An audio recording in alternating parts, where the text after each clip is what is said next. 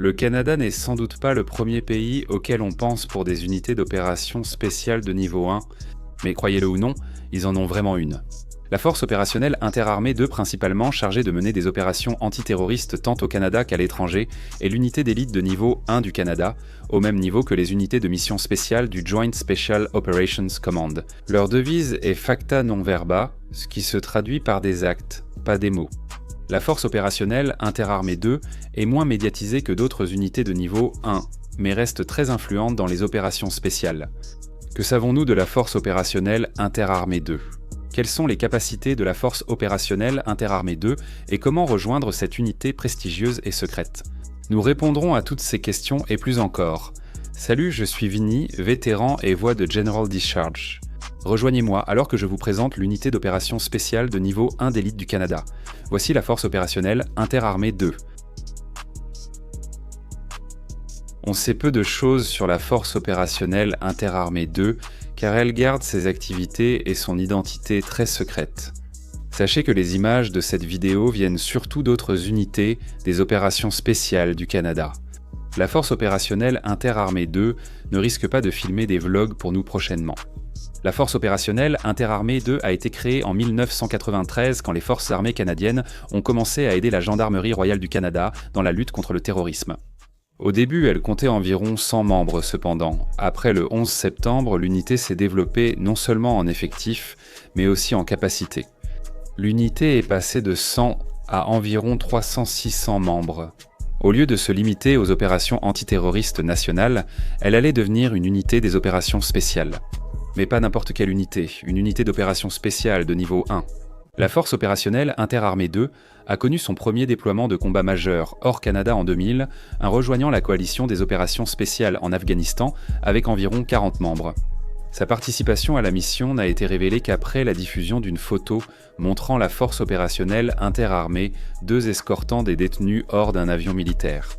Depuis, la Force opérationnelle interarmée 2 collabore régulièrement avec des opérateurs spéciaux alliés, dont ceux de l'OTAN. Cela comprend des exercices conjoints et le partage d'expertise lors de missions en Bosnie, Haïti, Rwanda, Pérou et Irak. Aujourd'hui, les opérateurs de la Force opérationnelle interarmée 2 sont spécialisés dans la libération d'otages, la défense étrangère, la sécurité rapprochée et la surveillance. Ils sont formés selon des normes élevées pour agir efficacement en situations stressantes.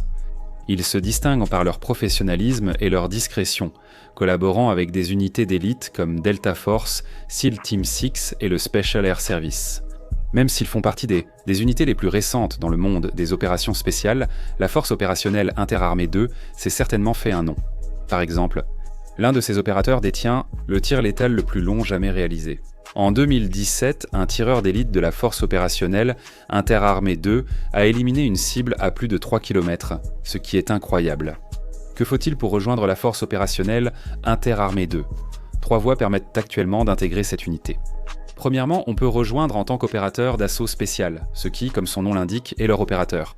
Deuxièmement, on peut rejoindre en tant que personnel de soutien, qui assiste dans les tâches de soutien au combat. Le personnel se divise en 2 groupes, mobilité et spécialiste, avec une 3e catégorie pour le soutien logistique aux opérations. Même si les opérateurs sont soumis à des exigences plus strictes, chacun doit suivre un processus de sélection pour intégrer cette unité prestigieuse. Les futurs opérateurs doivent d'abord remplir les critères d'éligibilité, ce qui, entre autres, exige qu'ils servent dans l'armée canadienne pendant au moins 2 ans. Ils doivent ensuite réussir un test physique avec de bons résultats.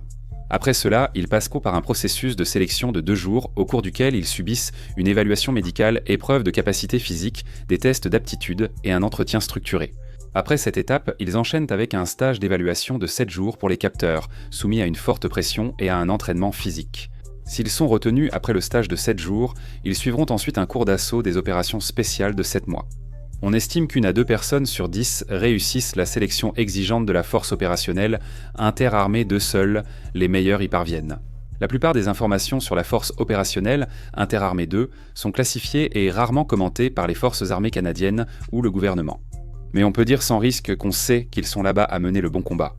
C'est plutôt cool que le Canada a une unité des opérations spéciales de niveau 1 surtout, avec toutes les moqueries qu'ils reçoivent, comme le fait d'avoir un canoë pour leur marine, par exemple. Mais il y a bien plus dans les opérations spéciales du Canada que la deuxième force opérationnelle interarmée. Le Canada a plusieurs unités d'opérations spéciales redoutables. Pour en savoir plus, regardez notre vidéo qui les présente toutes. Scannez le QR code à l'écran ou utilisez le lien ci-dessous pour la regarder. Voilà l'essentiel sur la deuxième force opérationnelle interarmée. Si vous avez appris quelque chose grâce à cette vidéo, n'oubliez pas de nous mettre un like et de vous abonner à notre chaîne. Comme toujours, merci de nous avoir regardés. Est-ce que tu veux vraiment être ici ? Tous tes amis s'abonnent à General Discharge et toi, tu ne veux même pas être ici ?